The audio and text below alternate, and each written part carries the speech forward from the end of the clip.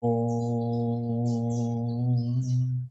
Sadashiva Samarambam Shankaracharya Madhyamam Asmadacharya Paryantam Vande Guru Paramparam Ishvaro Guratmeti Murti Veda Vibhagine Yomabda Vyapta Dehaya Dakshinamurtaye Namaha Savavedanta Sedanta Gocharam Tamagocharam Govindam Paramanantam Satguru Pranatoshmaham Om Om Shanti Shanti Shanti Om Namastê. Bem-vindo todos do Vedanta Brasil. Nós damos continuidade ao Panchadasi no capítulo 6, Durante o Carnaval, nós vimos os últimos 5 capítulos, né? Sobre Brahmananda, o aspecto ilimitação, né? Ilimitação experiencial da natureza do ser, né? Que nós somos. Nós iniciamos hoje do capítulo, do verso... Tem um título aqui que foi colocado muito provavelmente por Ramji, que moksha somente vem através do conhecimento da realidade. Então, isso não é nenhuma novidade para nós, vedantinos. É por isso que nós estamos aqui, né? Nós já abandonamos aquela ideia de que a libertação do samsara, ou a satisfação perfeita ou quase perfeita, é possível através da ação e seus resultados. Isso já é alguma coisa que foi, né, transcendida por nós vedantinos. Nós aceitamos as declarações dos Upanishads que dizem enfaticamente que a libertação do samsara, ou a satisfação, essa ananta, né, essa ananta experiencial do ponto de vista do jiva, né, quase perfeita, ela somente é possível através da compreensão da nossa ilimitação, né, inerente à nossa natureza, né? Ela é embutida na nossa, como nossa natureza, essa ilimitação, né? Então, nós não temos nenhuma dúvida que esse moksha, ou essa libertação do sofrimento psicológico humano, possa ser obtido através da ação e seus resultados, através da yoga e através dos resultados da yoga, que, como sabemos, eles podem, sim, ser muito importantes e na realidade, indispensáveis nesse processo de libertação do samsara, mas como preparação do intelecto, preparação da nossa mente e do nosso coração, assim por dizer, né?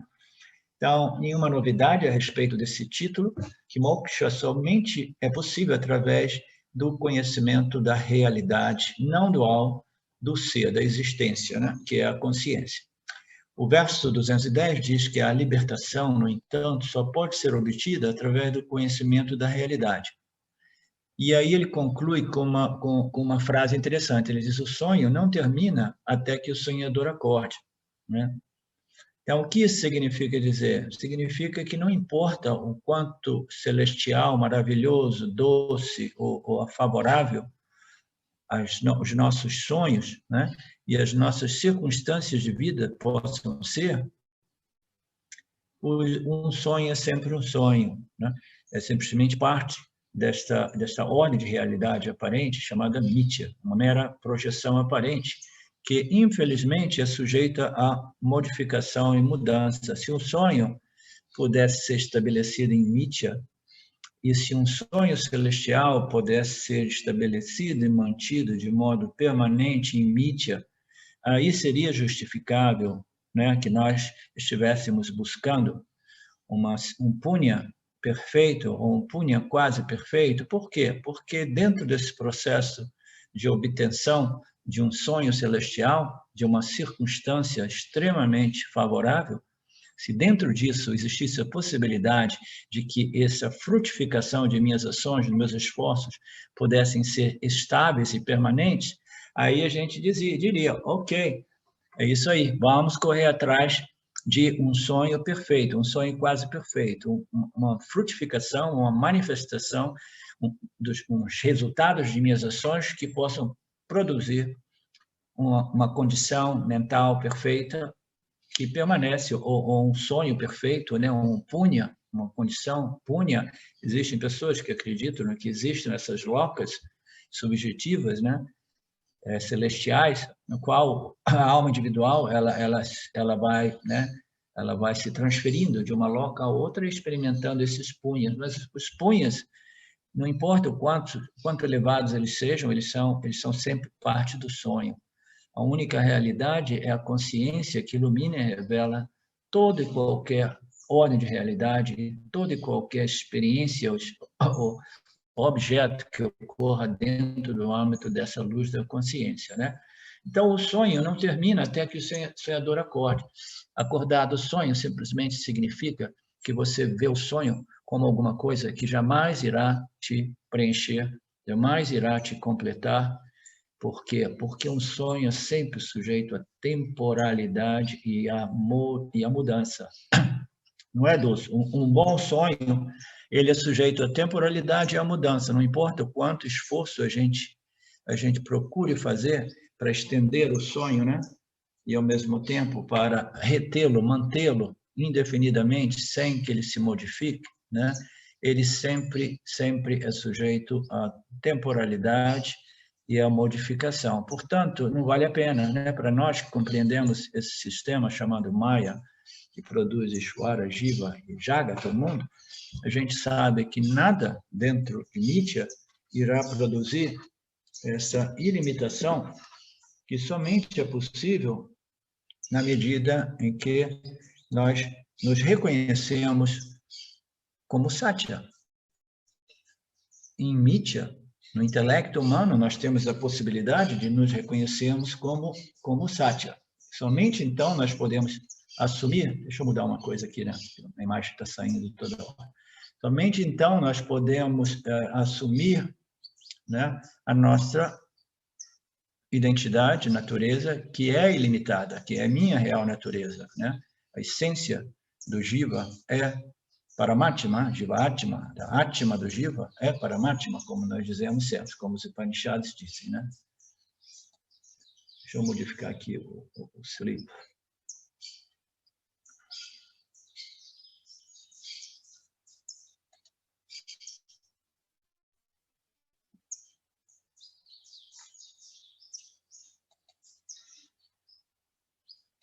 Ok.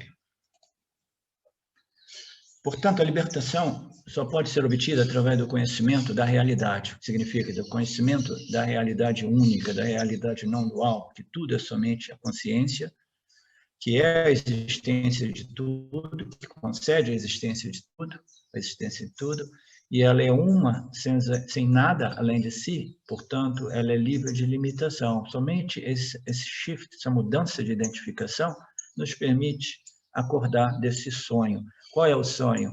É a crença de que a realidade é a dualidade e que os objetos e as experiências são o único modo de sermos livres e felizes, né? Livres desse sofrimento psicológico humano e felizes por isso, né? O verso 211 diz que na consciência não dual, todo o universo, na forma de Ishvara e Jiva, e todos os objetos animados e inanimados, aparece como um sonho. Na consciência não dual, todo o universo, na forma de Ishvara e Jiva, e todos os objetos animados e inanimados, aparece como um sonho. Maya criou Ishvara e Jiva, além de Ishvara e Jiva, dentro do Jiva ele criou diversos níveis de experiência humana, né, conhecidas como as 5 bainhas, os 5 invólucros, ou 5 sheets, ou coxas, né? Então, ele criou o Jiva, e dentro do Jiva, ele criou essa experiência do ser através do Jiva, né, com níveis diferentes, dependendo da identificação do Jiva com esses níveis de experiências, né, esses graus de experiências, as bainhas da bem-aventurança, do intelecto, e da mente, e dos pranas, e do corpo físico. Todo mundo experienciável é uma criação de Jiva, Ishvara e Jiva. Olha que interessante. Todo mundo, esse universo que nós experienciamos, é uma criação de Ishvara e Jiva. Veja bem, ele não coloca somente uma criação de Ishvara, né, ou de Maya, né? É porque Ishvara, ou Jiva, como diversas vezes eu disse, né, eu apresentei esse ensinamento dos Upanishads, o Jiva é aquele que está sustentando essa criação através da sua interação com o campo, né? É a interação do Jiva com o campo. O Jiva foi desenhado para interagir e responder. É esta interação é que mantém o samsara vivo, né? E, naturalmente, ele mantém esse samsara vivo na medida que ele acredita em samsara, acredita na realidade dual dessa existência, entendeu?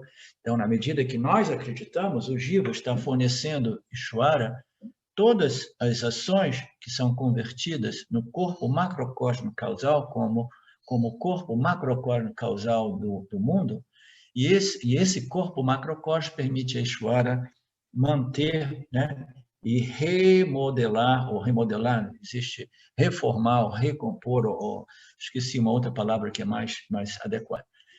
Reshaping, you know? Como é que seria reshaping, Alex? Reformatar. Reshape é remodelar mesmo, né? Eu gosto mais de reformatar o campo, tá? Remodelar ou reformatar. Todo esse mundo experienciável é uma criação de Ishvara e Jiva. Desde a determinação de Ishvara em criar, até a sua entrada nos objetos criados, a criação é apenas Ishvara. Então, Ishvara, nós sabemos, ele inicia como pura sátiva, livre, né? Relativamente livre das inclusões de rajas e tamas, e dentro desse pura sáttvas existe o conhecimento, a inteligência e essa vasana, né? Essa predisposição de projetar o universo. Naturalmente, essa projeção ela é embutida em pura sáttva, mas ela requer rajas e tamas. Então, é desde dessa semente do universo, que é pura sáttva, até que as inclusões de rajas e tamas existam e que Ishvara entre na criação através dos objetos. A criação é apenas Ishvara. Então, Ishvara é a causa inteligente, a causa energética e a causa material, e ele entra no universo porque ele é o tecido, né? É a matéria-prima desse universo, porque esse universo é projetado e mantido e reciclado através dessa inteligência, né? Dessa ordem inteligência, essa ordem de leis e regras que permitem, né? Esse universo aparente ser mantido e reciclado de momento a momento. Então, ele entra através dessa causa inteligente, essa causa energética, associação com rajas, endentamos a causa material, e ele é embutido no universo, portanto, a gente diz que todo o universo, todo o Jagat, não é nada mais, nada menos do que o corpo macrocósmico de Ishvara. E esse corpo macrocósmico, ele é tangivelmente, né, disponível para a gente na forma física, material desse universo. Ele é também disponível para a gente na forma sutil, né? Os universos sutis, esses universos mentais, emocionais, essas locas mentais, emocionais, que são mantidas pelos jivas na medida que eles são desassociados do corpo físico, entendeu? Tudo isso é parte do corpo macrocósmico sutil de Ishvara. Quando a gente, né, desce ao nível grosso, denso do universo, nós também podemos dizer que é o corpo macrocósmico denso de Ishvara. Então, Ishvara também é o universo físico material manifesto, né? Desde a determinação de Ishvara em criar até a sua entrada nos objetos criados, a criação é apenas Ishvara. O estado de vigília, a servidão e a libertação, o prazer e a dor são as criações do Jiva. Então, o Jiva, ele não somente ele sustenta, ele é co-criador de samsara, de Maya, né?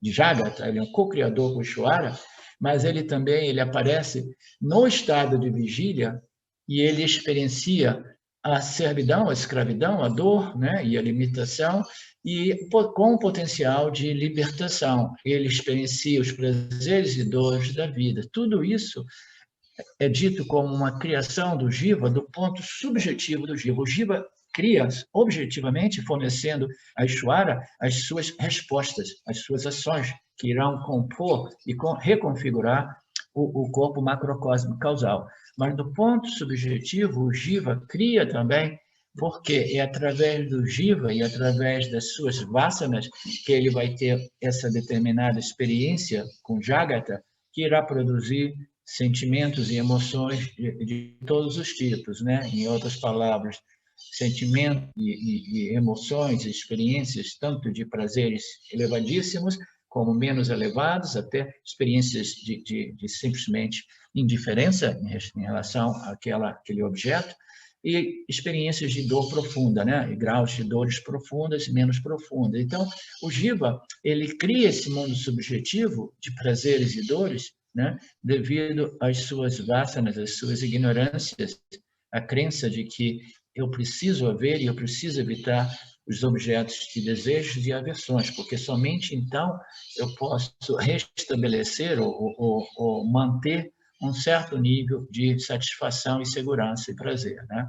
Então, essa ignorância universal, ela é experimentada e criada também do ponto de vista subjetivo do Jiva. O Jiva, no estado de vigília, ele cria a servidão e a libertação. Em outras palavras, os prazeres e as dores da vida são todas elas criadas subjetivamente pelo Jiva nesta subordem de realidade dentro de Mitya, chamada Pratibhasika Satya, que é a realidade subjetiva dos Jivas, entendeu? É essa realidade que vai alimentar e sustentar essas locas mentais, emocionais, intelectuais, nas quais as almas, né, quando não mais associadas ao corpo físico, elas também continuam experimentando os seus punhas e papas.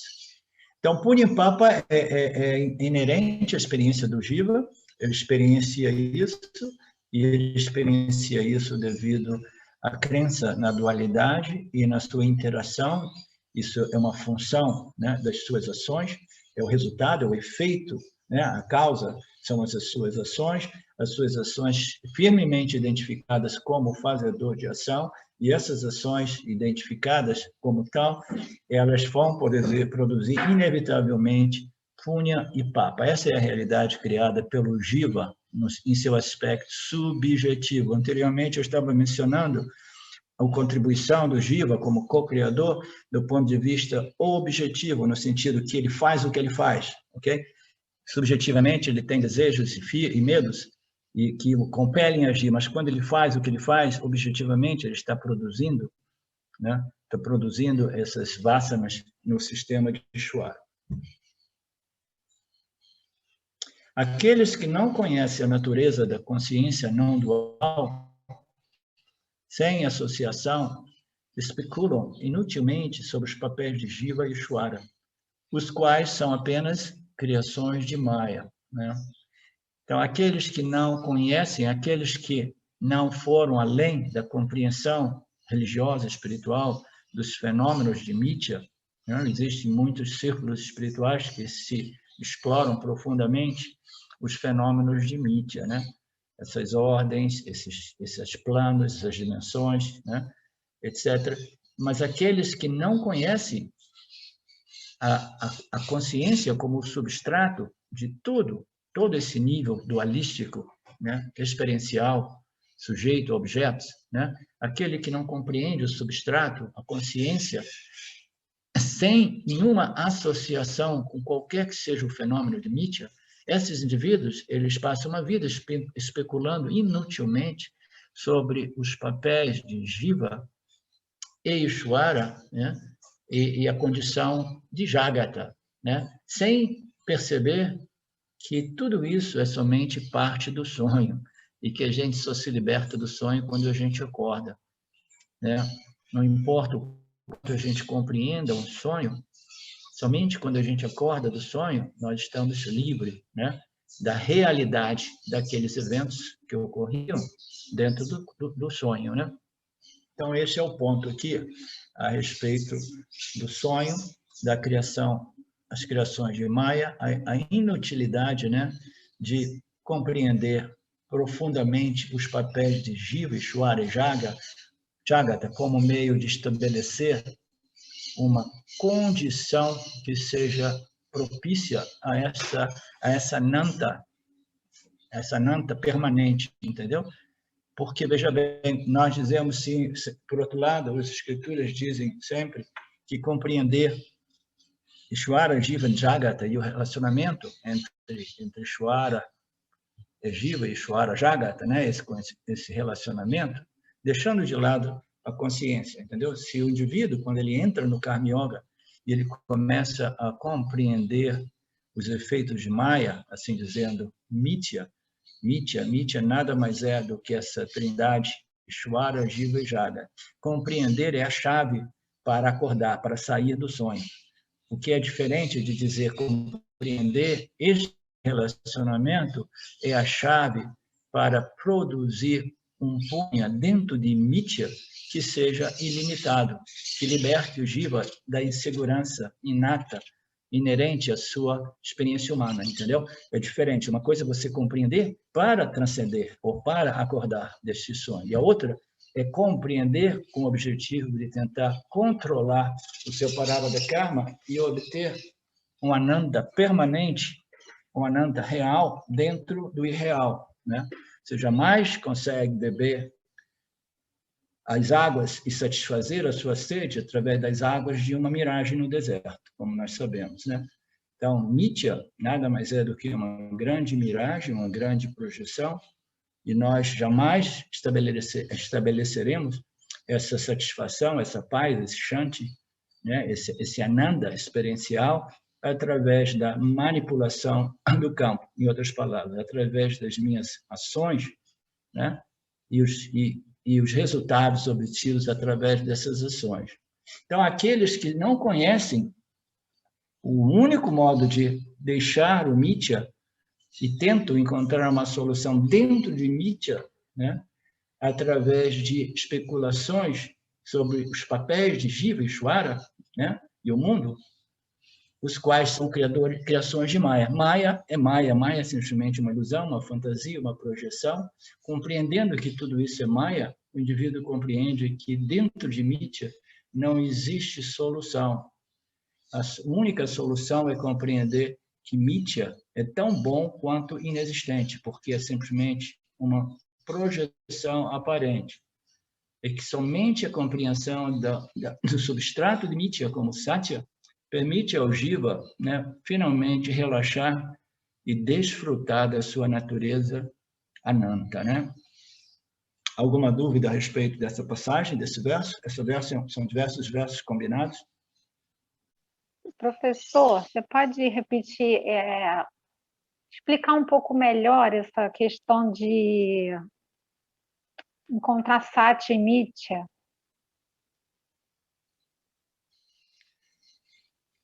Quando você está vendo um filme no cinema, tá? Você vê as imagens projetadas, né? Você tem o filme, você tem a luz. O filme é projetado, né? A luz projeta as imagens desse filme, né? Numa sequência de imagens, e aquilo cria, né? Um cinema, que cria um movie. Movie é o quê? Um filme, né? Um filme, uma história projetada, né? Então, essa história não é real, né? Você concorda, Lorena? Ela não é real, ela é uma projeção, uma sobreposição. Uma sobreposição aonde? Na tela, né? Na tela do cinema. Então, Maya projeta o universo de nomes, cores e formas numa tela, e essa tela é chamada consciência não dual. Ela corre dentro do intelecto de todos os jivas, inclusive, principalmente os jivas humanos, tá? Então, como é que você vai reconhecer Satya como jiva humano, como você vai reconhecer Satya? Porque existem algumas noções no mundo espiritual que dizem, não, você não tente nem mesmo compreender esses ensinamentos do karma e dharma, porque tudo isso é inútil, porque tudo isso é irrelevante, porque tudo isso é irreal, né? Tudo bem, é irreal, mas somente dentro do irreal, o real pode ser extraído, pode ser compreendido e retido. Isso do ponto de vista de quê? Do jiva humano. O jiva humano é também irreal em sua configuração ou constituição corpo-mente, né? Agora, o jiva humano não são os 3 corpos. O jiva humano é a consciência que brilha nesses 3 corpos, ou melhor dizendo, brilha ou reflete no corpo sutil do jiva humano, né? Então, esse jiva atma, esse ser do jiva, que não é os seus 3 corpos, né? Ele ocorre, é um fenômeno que ocorre dentro de Mithya. E é somente dentro de Mithya que a natureza desse jiva irreal pode ser compreendida. Ele não pode ser compreendido se a gente rejeitar Mithya completamente, tá? Então, a gente tem que realmente, né, arregaçar as mangas da camisa e compreender Maya, compreender os efeitos de Maya, compreender o relacionamento do jiva com Ishvara, porque é importante que o jiva se coloque em seu devido lugar, em sua devida proporção dentro do relacionamento com Ishvara e com o mundo, entendeu? Compreendendo as leis que regem. Então, dentro desse contexto, o jiva ele começa a se refinar e purificar, mas a gente precisa fazer esse trabalho dentro do sonho. É somente dentro desse sonho que a realidade, né, pode ser obtida através do despertar do sonho, né? O despertar do sonho é simplesmente o reconhecimento da única realidade que existe, embutida ou permeando ou pervadendo essa realidade aparente. E isso ocorre do mesmo modo que a tela do cinema, ela está lá, ela está permeando todas as imagens projetadas, elas são projetadas na tela. Na tela, a tela é aquilo que está permeando e dando vida a essas imagens. Se a gente remove a tela, não existe projeção, tá? Então, nós precisamos de observar essa projeção e, através de um processo gradual de conhecimento e discriminação espiritual, a gente vai começar a perceber que a única realidade é a tela, e não as imagens que se modificam dinamicamente, entendeu? Então, é dentro da imagem, é dentro dessa projeção que a gente compreende a realidade dessa projeção como a tela, a consciência dentro do qual, né, todo esse universo aparente de nomes, cores e formas é projetado, tá? Na medida que você for... Esse é um texto mais avançado. Na medida que você for crescendo, evoluindo, desenvolvendo esses conhecimentos, tudo isso vai ficando mais claro para você, tá? Mas sua pergunta foi muito válida, porque eu tenho certeza que talvez tenha sido uma pergunta relevante para outras pessoas hoje aqui presentes. É saber identificar a sobreposição que ocorre de todos esses fenômenos que são passageiros na experiência de cada um, né? Quando a gente experiencia um objeto, o que a gente experiencia?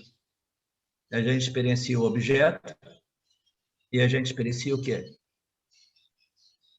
O conhecimento do objeto. O conhecimento do objeto e o objeto são 2 aspectos da mesma moeda, 2 lados da mesma moeda. O pensamento e o objeto são 2 aspectos da mesma coisa. Mas, em outras palavras, o conhecimento não é distante. Quando nós experimentamos um objeto, nós experimentamos a consciência que ilumina e revela o objeto, justo? Tá. Então, a gente precisa de discriminar a projeção, o objeto, entendeu? E reter a compreensão de que eu sou a luz que ilumina e revela esse objeto. Uma vez essa identificação seja bem estabelecida, a pessoa tenha reivindicado a sua identidade como a luz que ilumina e revela, a luz dentro do qual esse objeto é projetado por Maya, aí ele pode também reconhecer que o objeto não me afeta, o objeto não me obstaculiza, o objeto não me limita, porque são 2 ordens distintas da mesma, única, não dual, realidade chamada Satya. Mithya existe dentro de Satya, não como uma segunda realidade, mas como uma realidade aparente, porque é somente uma projeção, tá? Devagarzinho, tudo isso vai ficar sempre mais claro para você, Lorena. Sim, muito obrigada. Conhecimento de que tudo é Ishvara deve destruir o senso de autoria, de propriedade e de fazedor do jiva, libertá-lo do samsara. É o mesmo que libertação. Então, nós temos aqui esse comentário aqui, que fala que o conhecimento de que tudo é Ishvara, né? Quando nós podemos resolver jiva e jagata em Ishvara, na medida que a gente compreende que o jiva, né, e o mundo são todos eles originados de Ishvara, são todos eles partes integrantes de Ishvara, né? Em outras palavras, Ishvara é a semente do universo, é o conhecimento, a inteligência, e de Ishvara, né, vem projetado o mundo, o Jagata e o Jiva, né? Então, o Jiva e o Jagata, eles podem ser resolvidos intelectualmente em Ishvara, tudo é somente Ishvara, né? Então, o conhecimento de que tudo é Ishvara, ele vai neutralizar o sentimento de que eu, o Jiva, sou realmente o cara, aquele que faz, controla, que pensa, que determina, etc, etc. Ele vai compreender que tudo isso é parte desse sistema ou desta configuração macrocósmica chamado Ishvara, né? Então, o conhecimento de que tudo é Ishvara é quase tão bom quanto o autoconhecimento. Por quê? Quando o indivíduo ele compreende realmente o seu relacionamento com Ishvara, Ishvara sendo a totalidade do manifesto, né? Ele simplesmente compreendendo esse fenômeno, ele assume, né, o ego do Jiva, ele assume o seu devido papel, o seu devido lugar, e ele já não assume essa carga pesada de que eu sou o pensador, o executor, e eu sou o responsável pelo meu destino, entendeu? E eu tenho que fazer isso e aquilo, sempre com esse sentimento de responsabilidade, como se eu tivesse realmente controle sobre os eventos de Mithya, né? Então, toda essa ignorância que representa um peso no ombro de todo Jiva, ela é removida através da resolução de tanto Jiva como Jagata em Ishvara. Tudo é somente Ishvara, a causa, o conhecimento, né?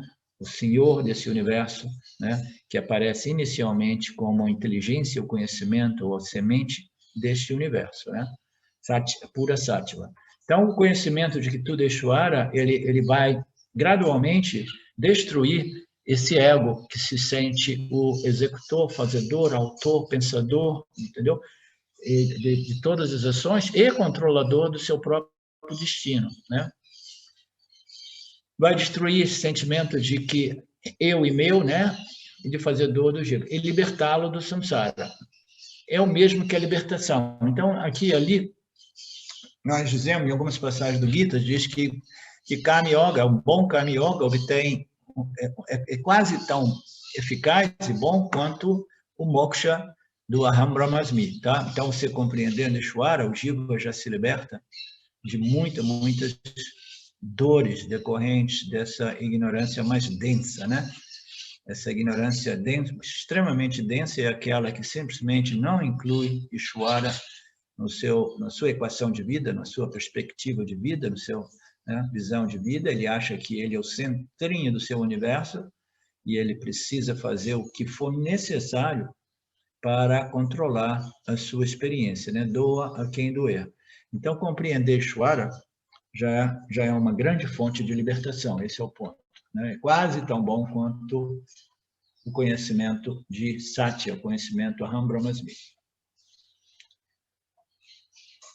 Vocês compreendem essa distinção sutil, porém, né, relativa, bem clara? Você compreende, Marcelo?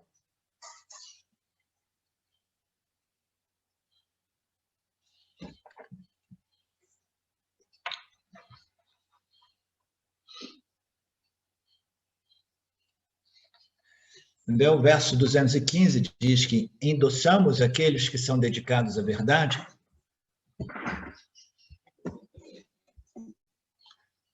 Endossamos aqueles que são dedicados à verdade e nos compadecemos daqueles que não são.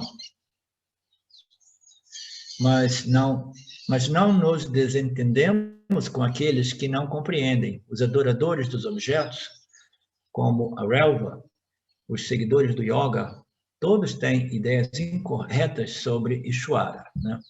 Dos materialistas, Shavaka, aos seguidores de Shankya, todos possuem ideias confusas sobre o Jiva, né? Então, essa passagem é interessante porque Vidyaranya diz assim, nós, do Vedanta, endossamos aqueles que são dedicados à compreensão da real natureza do ser, né?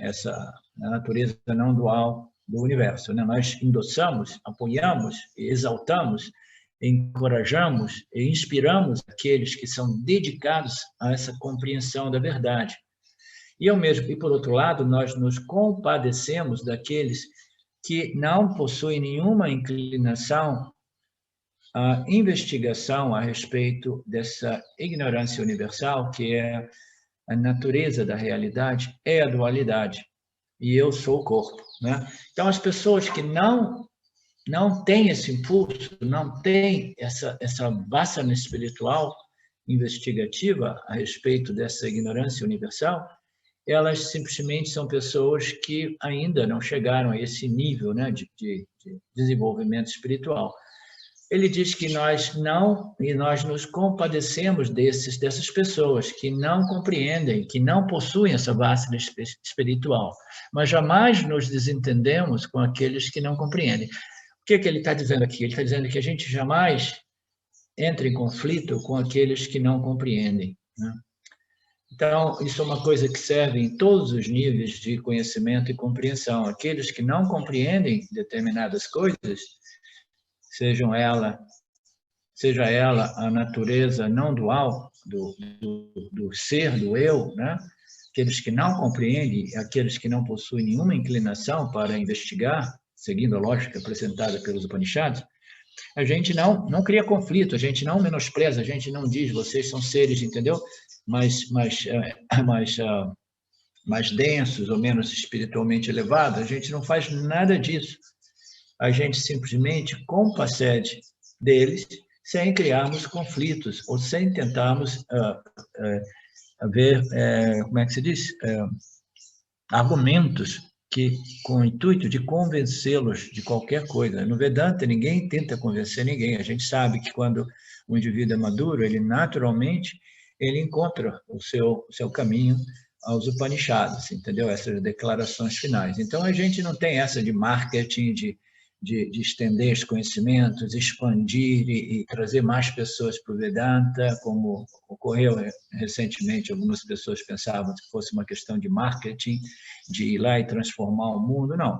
No Vedanta, a gente simplesmente aceita o fato de que a grande maioria vive sobre o spell, sobre o feitiço, né, de Maya, e que eles jamais desenvolveram um valor ou uma inclinação por essa investigação, né, como proposta pelo Vedanta, né? Então, ele diz que nós jamais nos desentendemos, jamais entramos em conflito com essas pessoas materialísticas, essas pessoas que acreditam na dualidade. Aí ele entra numa classe de pessoas que são extremamente materialísticas, de adoradores dos objetos, como a relva, que eu acho que se refere a um campo verde, né? Os adoradores dos objetos, como a relva, até os seguidores do yoga. Qual é o ponto ali? Tanto faz se o objeto é um objeto físico, material, ou se o objeto é um estado mental. Os buscadores, os seguidores do yoga, eles acreditam que essa plenitude ela pode ser obtida através da união ou conexão com um objeto, né? Um objeto esse, uma condição mental que seja conduzente à paz, a bliss, né? A felicidade, a ananta, etc., né? Essas condições mentais, né? Então, não importa qual seja o objeto, sejam eles densos, né? Grossos, físicos, materiais, ou até mesmo os estados obtidos, estados mentais obtidos através da yoga. Todos esses indivíduos, eles têm ideias incorretas sobre Ishvara, né? Ishvara aqui possivelmente representando a plenitude que todos buscamos, seja através da busca dos objetos físicos materiais mundanos, seja através dos objetos sutis que encontramos nos estados de meditação profunda, e seja através do Jnana Yoga do Vedanta. Todos buscamos Ishvara nesse sentido, que é um símbolo da plenitude inerente até mesmo a essa projeção de Mitya, porque, como a gente sabe, né, Mitya também é Satya, né? As projeções que ocorrem dentro, na tela do cinema, Lorena, elas nada mais são do que a tela, né? Então, essa projeção de nomes, cores, formas, nada mais é do que a consciência, né? Mas a consciência não é a projeção, né? Então, de novo, Mithya é Satya, mas Satya não é Mithya, né? A gente precisa sempre compreender os dois lados dessa afirmação, né? Então, os materialistas, Charvakas, aos seguidores de Shakya, todos possuem ideias confusas a respeito de Shiva, né? Eles têm ideias incorretas sobre Ishvara, né? A fonte da felicidade, do Ananda. E esses materialistas, né? O Charvaka e os seguidores de Shakya é uma filosofia espiritual, é muito semelhante ao budismo, né? Que ela é dualista. Ele acredita que a consciência seja a única fonte de libertação, mas ainda assim eles acreditam que a consciência seja um estado, né? Seja um estado obtido através do yoga, através da meditação profunda, né? Ou através da meditação numa forma que seja de Ishvara ou Brahman, mas é dualista, né? No caso do budismo, né, eles acreditam em Turiya, né, acreditam em Nirvana, um estado no qual existe a libertação, né? Os Upanishads, ao contrário, eles dizem que a natureza do ser, a natureza do eu, né, a natureza da realidade é a não dualidade. E essa libertação, ela somente é possível através desta compreensão que somente a consciência, a existência é plena. E na medida que eu me identifico e eu reivindico a minha identidade como a luz desse iluminador, né, desse refletor nosso, eu sou a luz original desse refletor nosso, né? Então, quando eu me identifico com isso, eu estou me identificando com Satya, né? E essa identificação com Satya é que liberta o Jiva, né? Enquanto que essas outras filosofias, escolas espiritualistas que projetam a plenitude num objeto sutil, tal como Nirvana, entendeu? Ou Nirvikalpa Samadhi, ou aquilo que seja, entendeu? Então, o Turiya, né? Então, essas são dualidades, né? Então, dos materialistas, desde os Charvakas, é uma filosofia que diz que o mundo físico material é a única realidade. Period, ponto final. E nós estamos aqui e não existe Deus e não existe a alma individual. O Jiva simplesmente é o corpo. A mente, eu não sei nem bem como eles explicam esse fenômeno chamado mente, né? Mas eles acreditam que o propósito do nosso redor é extrair felicidade sensorial através da interação. Então, eles são extremamente materialistas, enquanto que os dualistas do Shakya, né, eles ambos possuem ideias confusas sobre Jiva, né? Então, existem muitas ideias confusas a respeito de Ishvara e a respeito do Jiva, né? Os adoradores materialistas, né? dos objetos densos, mundanos, e daqueles adoradores dos objetos sutis, né? Espirituais, místicos, esotéricos. Como eles não sabem que a realidade é a consciência não dual, eles permanecem presos nesse engano, né? Esse engano nada mais é do que a noção de que existem dois princípios reais aqui. Uma é a consciência, né, do ponto de vista dos yogis, né, de Shankar. A consciência e os objetos. E os objetos físicos, sejam eles densos ou sutis, eles são tão reais quanto a consciência, né? E vai depender do contato, da relação entre a consciência e o tipo de objeto que eu posso obter esta libertação, né? Então, eles têm essas ideias confusas baseadas na dualidade. Eles não compreendem que a realidade é a consciência não dual. Eles permanecem presos nesse engano. Eles não encontram alegria neste mundo e nem libertação dele. Isso é um fato, né? Até mesmo seres espirituais muito desenvolvidos em termos de experiências místicas ou samadhis, né? Eles não encontram alegria neste mundo e nem libertação, porque a alegria que eles encontram, né, ela é temporária, né?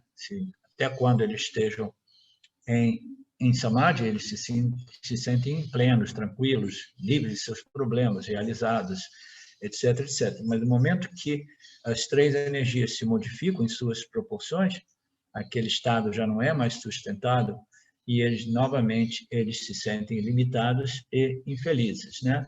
Então, eles não encontram nem felicidade neste mundo e nem a libertação do mundo, porque eles estão buscando a felicidade dentro do sonho, ao invés de buscar a felicidade deixando o sonho, compreendendo a natureza de toda essa projeção, de todo o sonho, do sonhador e dos objetos do sonho, a compreensão de todo o sonho como uma mera aparência, né? E compreendendo a única realidade como a consciência, né? A tela na qual este sonho foi projetado, né? Então, este é o ponto. Eles não encontram felicidade neste mundo e nem mesmo a libertação dele, porque eles buscam essa solução dentro do sonho. Alguns dizem que essas filosofias representam graus de evolução e desfrute do mais baixo ao mais alto. Olha que interessante. Alguns dizem que essas filosofias elas estão ali representando, né, esses graus de evolução de quê? Da alma individual, do jiva, né, que nada mais é do que mitya, nada mais é do que aparentemente real. Alguns dizem que esses graus de desenvolvimento da alma, né, dentro do seu processo de evolução, conduzem à libertação. Então, esses graus de evolução e desfrute, do mais alto ao mais baixo, todas as filosofias estão representando essas focas, esses níveis, essas dimensões. Mas qual é a utilidade de avaliá-las? Elas estão todas dentro de Maya, Mitya, né? É aí a distinção aí que o Vedanta chega criando uma distinção e desenvolvendo uma compreensão da inutilidade de nós nos interessarmos demasiadamente sobre esses fenômenos diferentes, locas ou subordens de realidade dentro de Mitya, porque no final da conta tudo é Mitya, né? É importante a gente compreender Ishvara, Jiva e Jagata, porque através dessa compreensão nós podemos, né, redirecionar nossas vidas, as nossas atividades, as nossas atitudes, de tal modo que a gente possa desenvolver uma capacidade mental, emocional e intelectual para discriminar Satya do sonho, né? Satya de Mitya, né? Mas não para a gente ficar obcecado por essas variáveis dentro dessas projeções. Se a gente começa a entrar nas dimensões místicas, são ordens de realidades subjetivas que com variáveis monstruosas, porque cada indivíduo jiva ele experiencia uma realidade subjetiva, né? O seu pratibhasika, né? De modo distinto, né? Cada jiva ele vai vibrar de um certo modo e ele vai ter experiências, né, de Punya e Papa em graus os mais diversos, com variações entre Punya e Papa, né, que dão margem a essas ordens, essas dimensões. E essas filosofias, alguns dizem que elas representam esses graus, né, dessas dimensões de evolução e de desfrute, de Punya, Punya e Papa, né, do mais baixo ao mais alto. Mas qual é a utilidade de realmente avaliá-las e nos tornarmos, né, obcecados? Não é muito simples a gente simplesmente discriminar a luz do iluminador de toda e qualquer experiência, seja ela uma experiência física, material, intelectual, ou seja ela uma experiência extrasensorial, esotérica, mística, né? Uma experiência é um objeto de Mitya, né? Elas são todas Mitya, Maya. Um homem pobre que sonha que é rico não tem acesso à riqueza dos seus sonhos quando acorda.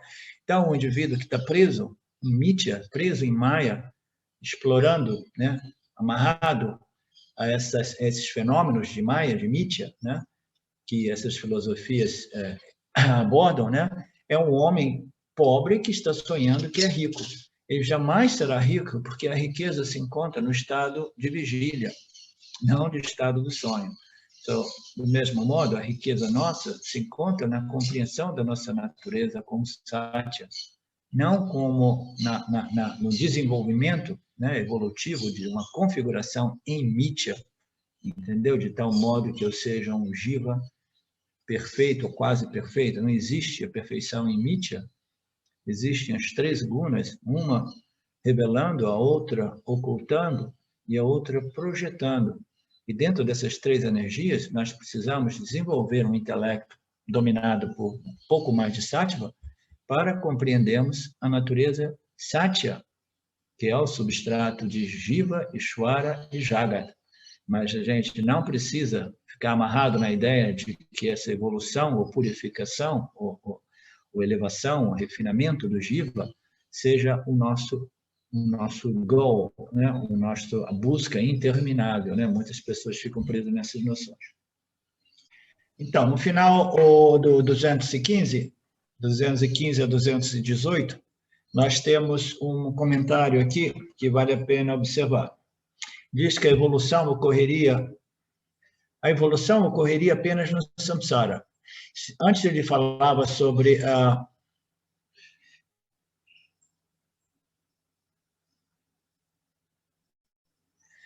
essas filosofias, elas apresentam essa noção de evolução infinita, né? Através dessas ordens, ou dessas dimensões, ou dessas locas, né?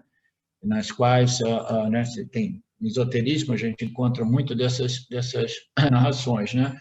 Então, essa evolução, ela ocorreria no samsara, e nele você não pode evoluir porque seria de um sonho.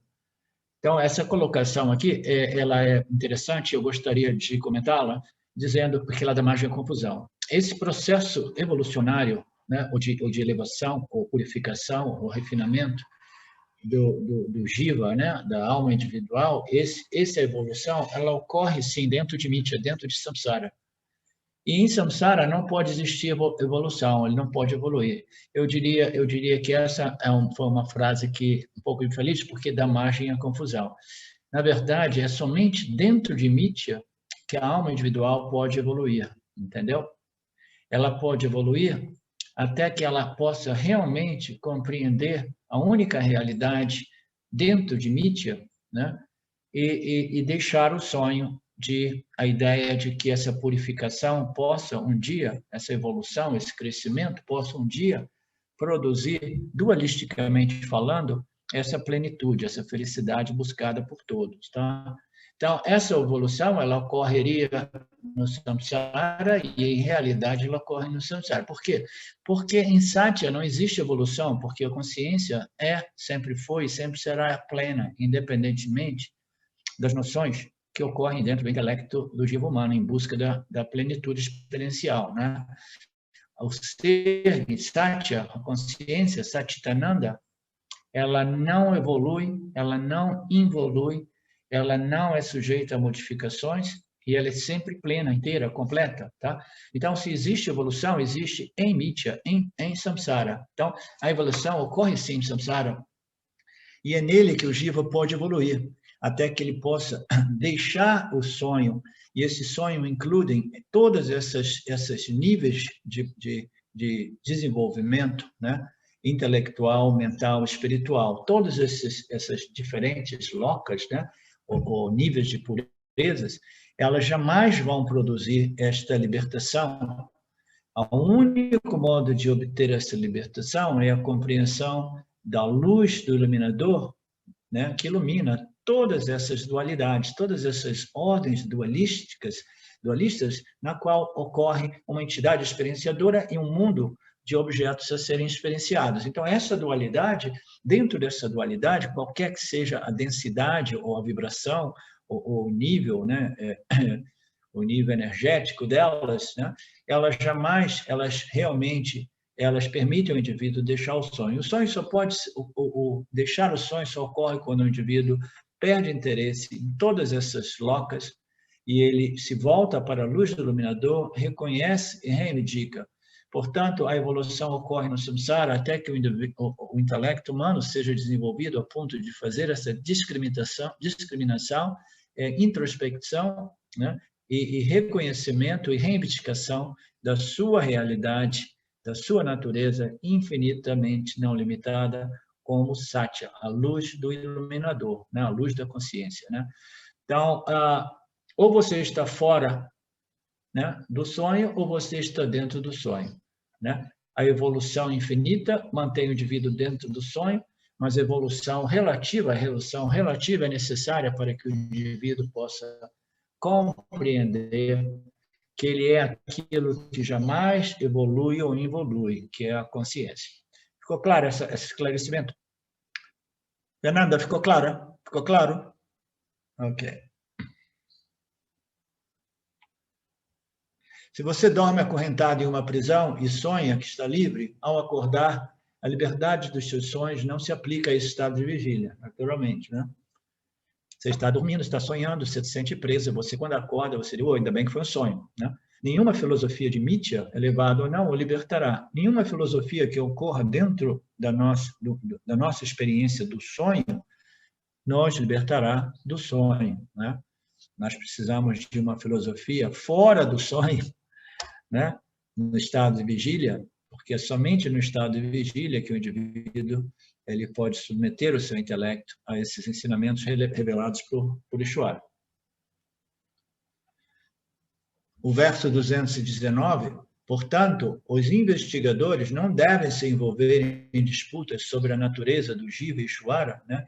São disputas que ocorrem, né, nesses diversos níveis, né, ou círculos, escolas espirituais, né, que se disputam entre elas e são sempre envolvendo esses temas em torno sobre Mithya, né? Jiva, Ishvara, Jagata e essas diferenciações que elas experimentam, né?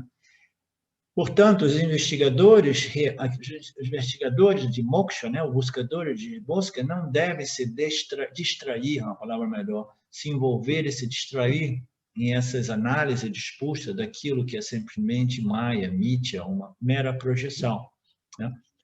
De novo, ele precisa compreender Ishvara, Jiva e Jagat de modo que ele alinhe, organize as suas vidas, né, o seu estilo de vida, né, conformado a essas leis universais do Lord Ishvara, se torne um Karma Yogi, se desenvolva uma atitude religiosa e espiritual, que é um purificador natural que o permitirá de mais tarde, em seu devido tempo, de compreender a natureza de Mithya como Satya, né? E deixar esse sonho, o sonho é a crença de que a dualidade é realidade, né? Mas devem, ao invés disso, praticar a discriminação para que a verdade da consciência não dual seja reconhecida e reivindicada como a minha real natureza. Renato, alguma dúvida, alguma questão, alguma objeção, Sofá? Não, professor. Perfeito. Está aqui, tranquilo.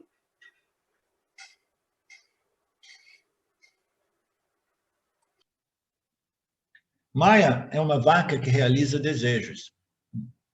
Então, Maya aqui é um símbolo de uma das divindades. Na verdade, Maya, a vaca na Índia é tipo uma divindade, né? É uma deusa, né? É a fonte, né? A fonte de fertilização e sustentação, né?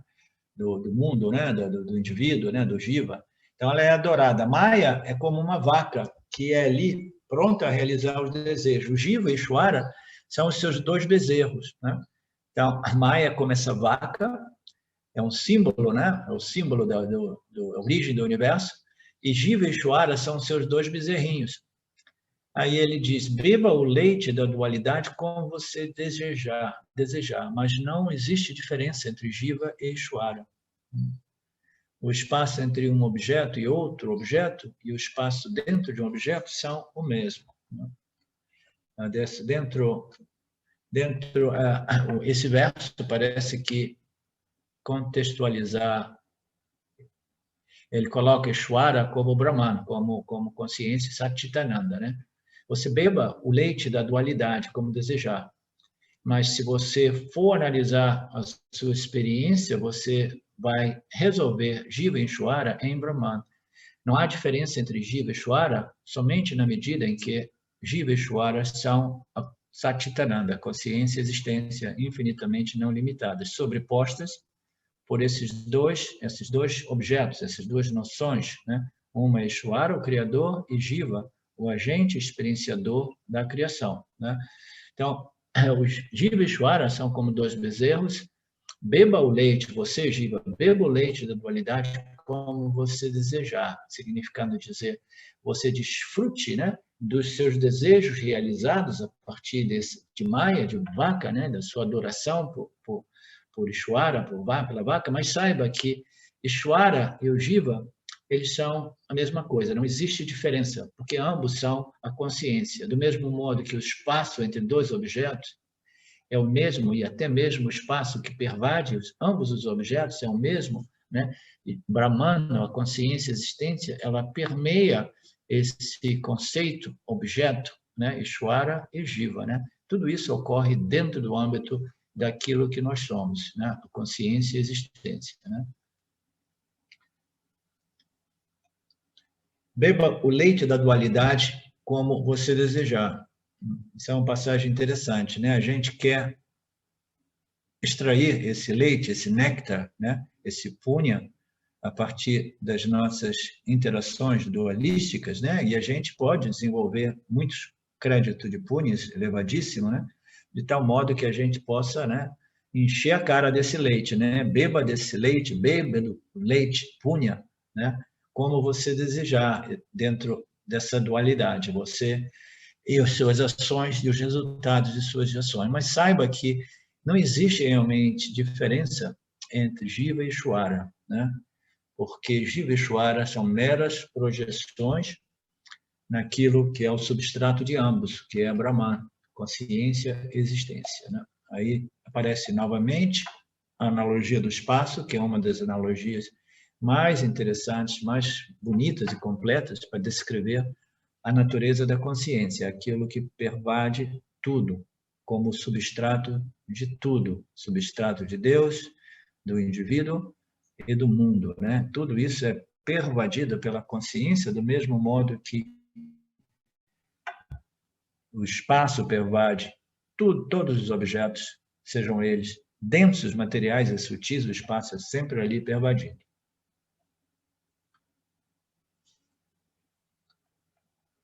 Como Jiva e Ishvara são apenas ideias que aparecem na consciência não dual, ambos são Mithya, né? Um produto de Maya. Parecem ser diferentes porque o intelecto está preso na dualidade. Ambos pertencem a Mithya. O que significa o intelecto estar preso na dualidade?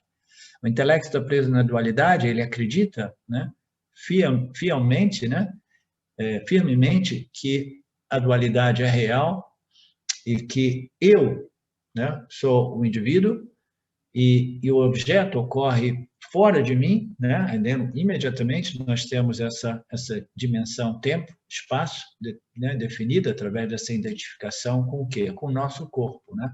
Então, o Jiva são noções que ocorrem dentro da consciência. Eles parecem ser diferentes porque o intelecto está identificado nessa dualidade, identificado como corpo, portanto, preso na dualidade. Mas ambos, né, pertencem a Mithya. Tanto Ishvara, o Criador, como o Jiva, o experimentador da criação, ambos são Mithya, né? A única realidade é Satya.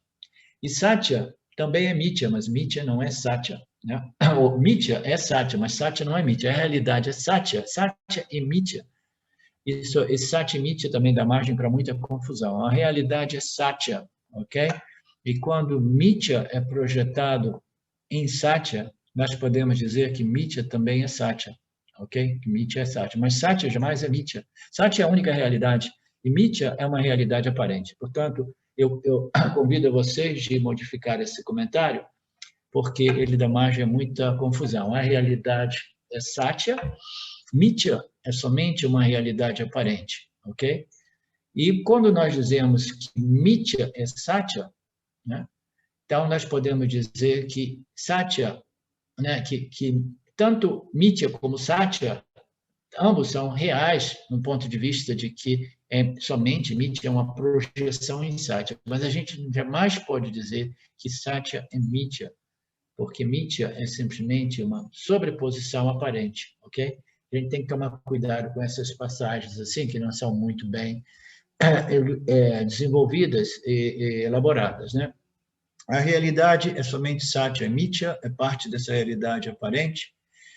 Diferentes tipos de ignorância ainda são ignorância, né? Então, não importa o quanto elevado seja o nosso conhecimento a respeito dos fenômenos dualísticos de Mithya, qualquer que seja, não importa a nossa capacidade científica e intelectual, né, de compreender fenômenos de Mithya, né, isso também faz parte da ignorância, né? Porque tudo em Mithya é essa ignorância, a ignorância da dualidade. Diferentes tipos de ignorâncias ainda são ignorância. Ou se a palavra Ishvara se referir à consciência original não criada, também não há diferença, né? Não existe diferença entre Ishvara e Jiva. Nós podemos resolver Jiva em Ishvara, mas Ishvara não é Jiva. Jiva é parte integrante de Ishvara, ok? O universo é parte integrante de Ishvara. Ishvara é a totalidade, é a causa inteligente, a causa material, energética e a manifestação, né? Então, tudo isso é parte integrante de Ishvara. Ishvara é livre e independente desse desdobramento, né, de si, né? Se a gente resolve o Jiva em Ishvara, a gente pode resolver Jiva como parte integrante de Ishvara, aquele operário que fornece a Ishvara essas vassas, as nossas respostas aos estímulos, né? Então, o Jiva é parte integrante de Ishvara e pode ser resolvido como Ishvara, mas jamais em Ishvara, mas jamais como Ishvara, entendeu? Então, não há diferença, mas há diferença, porque o Jiva é parte integrante de Ishvara, mas Ishvara não é o Jiva, o mesmo conceito, tá? Do mesmo modo que a minha mão também sou eu, mas eu não sou a minha mão do ponto de vista da minha identidade física, tá? Então, se a palavra Ishvara, nesse caso, se refere à consciência plena, também não há diferença, naturalmente. Que Jiva, aí sim a gente pode dizer que o Jiva e Ishvara são a mesma coisa. Aí, somente então, nós podemos dizer que Jiva e Ishvara são a mesma coisa.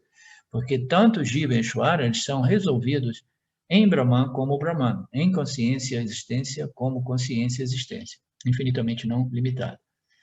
Se a palavra Ishvara se refere à consciência plena, também não há diferença. Ishvara e Jiva, todos são objetos subjetivos e objetivos. Existe a projeção objetiva do universo, dentro do qual Ishvara, Jiva e Jagata são manifestos, e existe a manifestação subjetiva de Ishvara, Jiva e Jagata, que ocorre dentro do Pratipadika Satya, nessa ordem de realidade, né, que existe no intelecto humano.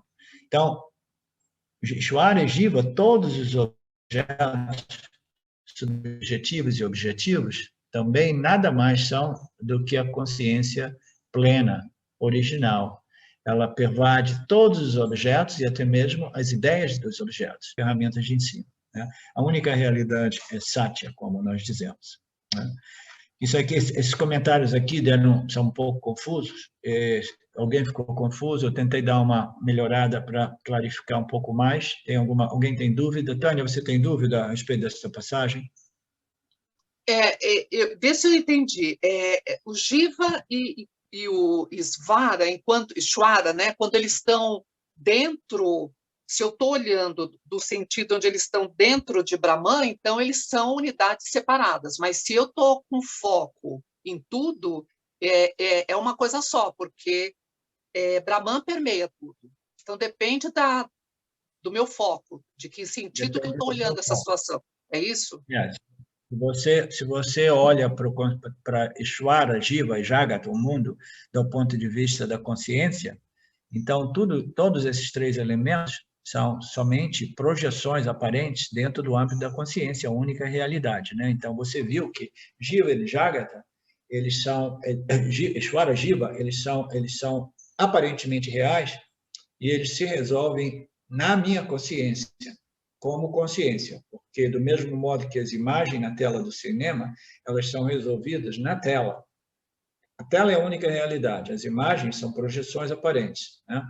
Então, do mesmo modo, Ishvara e Jiva, eles são resolvíveis, né, naquilo que é a consciência. Então, isso pode ser resolvido. Mas já do ponto de vista do relacionamento entre Jiva e Ishvara, né, você tem que analisar dois pontos de vista, do ponto de vista objetivo e subjetivo. Do ponto de vista objetivo, Maya projeta Ishvara, Jiva e Jagata. E Jiva é uma parte integrante de Jagata.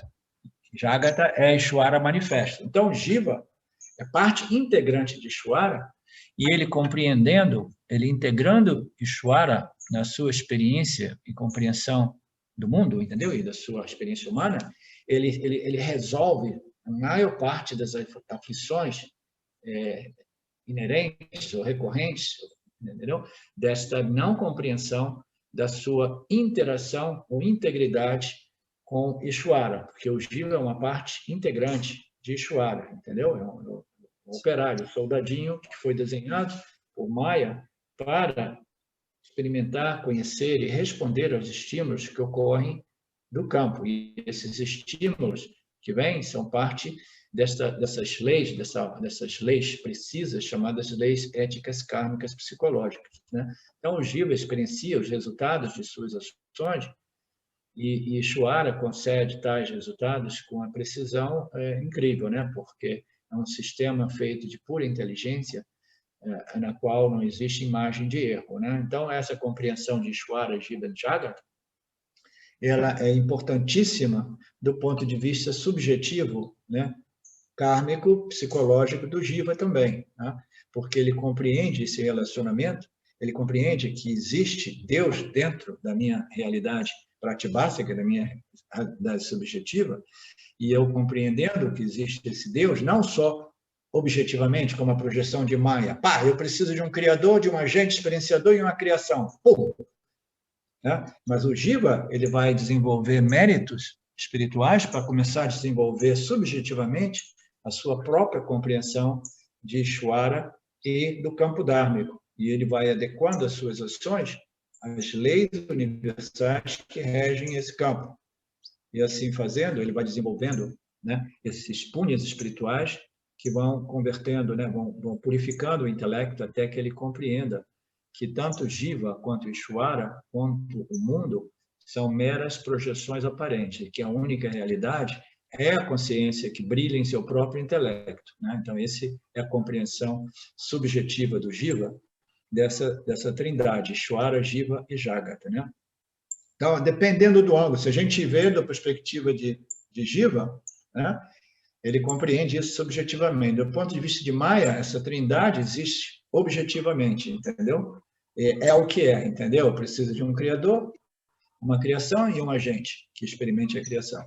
E do ponto de vista da consciência, isso tudo é visto como somente uma irrealidade absoluta, uma mera projeção criada pelo Maya, né? O Maya que ele resolveu criar a dualidade na não dualidade, criar uma dualidade aparente na não dualidade. Tá?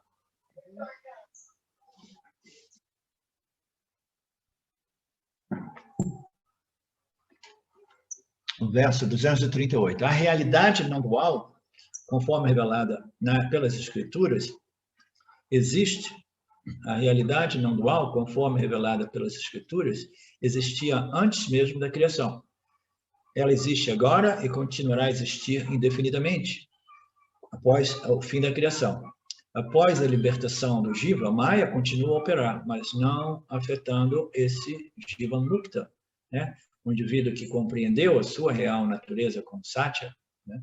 Ele continua, o mundo continua aparecendo para ele. Maya continua projetando o mundo, mas esse mundo já não afeta o Jiva com este conhecimento do modo que afeta os samsaras, né? Os samsaras são muito mais sujeitos, né, a essa magia de Maya, né? Esse ilusionismo de Maya, né? Essa ideia de que os objetos estão lá e eles podem ser uma fonte de prazer e desprazer, e eu tenho que correr para obter e haver, e correr para evitar esse e aquele objeto. Então, tudo isso vai se dissolvendo com o autoconhecimento, né? Então, essa realidade não dual, conforme revelada pelas Escrituras, existe sem início. Ela existe agora e ela continuará a existir no final dessa criação, quando o Pralaya ocorre, né? Quando o dia de Brahman se esgota, né? E o universo é recolhido em seu corpo macrocósmico causal, né? Em sua condição causal, em sua condição de semente, né? Aí ele passa para o Jiva, né? Uma vez que o Jiva obtenha esta libertação, o Maya, ele continua a operar, né? Ele continua a operar, tanto em Pralaya, durante o sono de Brahman, como durante o acordar de Brahman, né? A projeção do universo, mais uma vez.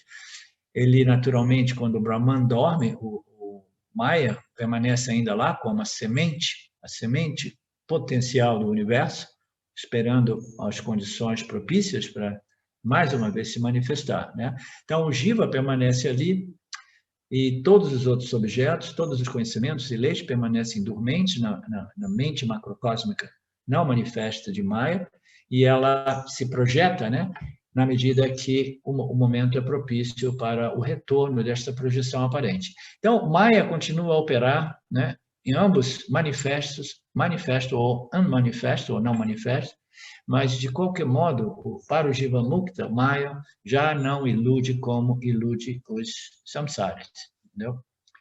Esse é o ponto. E por que ele não ilude, né, os yanis, né? Uma expressão melhor, né? Essa história de iluminados e essas coisas são realmente enganosas. Por que elas não iludem o yani do mesmo modo que ilude os samsaras? Porque o yani, ele compreendeu que a única realidade é satya, é a consciência, a existência, né? E que todos esses objetos que às vezes eles ocorrem de modo muito atraente, né, e sedutor, eles são simplesmente moeda falsa, né, como se fosse dinheiro falso, né? Ele jamais vai te propiciar a felicidade que você busca, né? Que a única moeda real mesmo, né, o único valor existente é na minha existência consciência que é plena, inteira e completa, que não existe, que não depende de nada, nenhum desses objetos projetados por Maya, para que eu esteja mais pleno ou menos pleno. Por quê? Porque Maya e sua projeção, ela não obstaculiza a minha natureza como Satya, consciência e existência, porque essa projeção é chamada de Mithya, é uma mera projeção que existe numa ordem de realidade que não afeta Satya. Entendeu? São duas ordens de realidade, da mesma ordem de realidade, não dual. Mithya sendo aparentemente dual, ela existe, mas ela não é real. Portanto, ela não afeta Satya, porque Satya é real. É um sem nada além de si. E essas projeções, elas são simplesmente como miragens no deserto, né? Então, o libertado não é nem limitado, nem liberado. Na verdade, o yani é aquele que se libertou da ignorância, né? Se libertou da crença na dualidade, ele assimilou esses conhecimentos diretamente, né? Portanto, ele é livre desta ilusão, deste engano projetado por Maya, né? E ele compreende a sua natureza inerente, que é ilimitada, né? Ele não se considera que tenha se libertado porque ele se deu conta que ele nunca foi escravizado, ele nunca foi, como é que se diz? Serviçal, né? Ele nunca foi aprisionado, né? Ele nunca esteve preso. Ele reconhece a sua natureza, que sempre foi livre e independente de Mithya. Por quê? Porque Mithya pertence, né? Tudo em Mithya pertence a uma ordem que é uma mera aparência, que não limita, afeta, obstaculiza ou oculta a minha real natureza como Satya. Por quê? A minha real natureza como Satya é a luz da consciência dentro do qual Mithya é revelado, iluminado e conhecido. Sabermos que tudo isso é Mithya, né, nos isenta das preocupações excessivas de que essas coisas possam realmente nos afetar.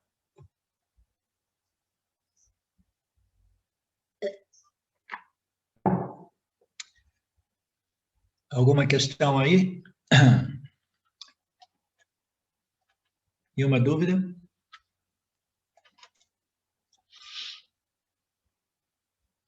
O verso 239.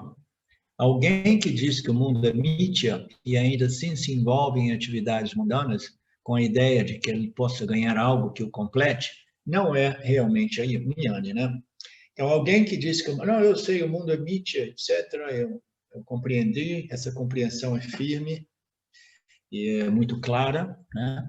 É sempre presente, mas ainda assim se envolve em atividades mundanas com a ideia de que determinadas atividades, ou objetos ou experiências possam finalmente me completar um pouco mais, digamos assim, entendeu?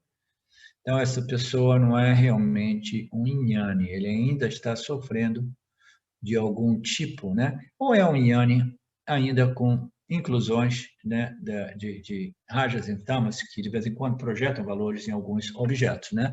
Que de vez em quando ocultam a sabedoria do Jnani, né? E projetam valor em algumas situações ou circunstâncias. Isso também pode ocorrer, né? Então, ele não é realmente um Jnani, porque ele está ainda correndo atrás de objetos para ganhar algo, sob a ilusão de que esse algo possa completá-lo ou completá-lo um pouco mais ainda, né? O Ranjit gosta de contar algumas histórias de vez em quando de pessoas que ele conheceu, né, ao longo dos seus 50 anos, né, de Vedanta, pessoas que compreenderam que são a consciência, que eu sou pleno, etc, etc, mas ainda assim eles disseram, mas eu quero um pouquinho de ambos os mundos, né? Eu quero curtir essa ananta inerente à minha natureza como consciência e existência, mas eu quero curtir um pouco do ananda experiencial que provém dos ganhos, do ganho de objetos de desejo, né? Então eu quero manter ambos os anandas, né? O ananda, né, que é essa compreensão cognitiva a respeito da minha natureza plena, né? Eu quero curtir até mesmo a ananda decorrente do brilho da consciência na minha mente satívica, mas ainda assim eu vou enganjar ou entreter algumas rajas aqui, e no processo de entreter rajas ou convidar rajas, a gente convida tamas também, quando a gente vê, a gente está projetando valor em alguns objetos, né?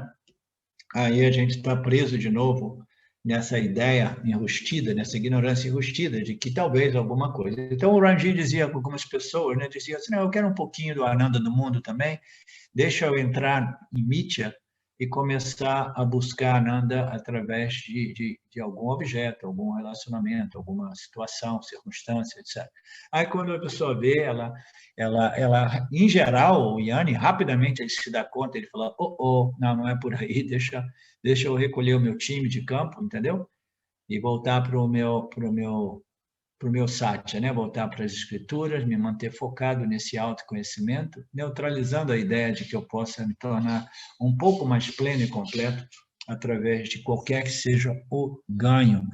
Faz sentido, Luciano? Você tirou a sua barba de guru, hein? Diminuiu ela, tirou aquela longa, né?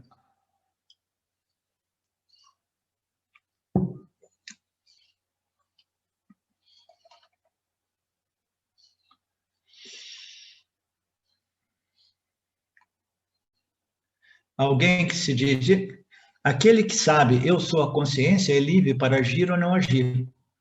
Aquele que sabe, eu sou a consciência, é livre para agir ou não agir. Isso é interessante, né? Porque a gente pensa, então aquele que sabe, ele não age mais, por quê?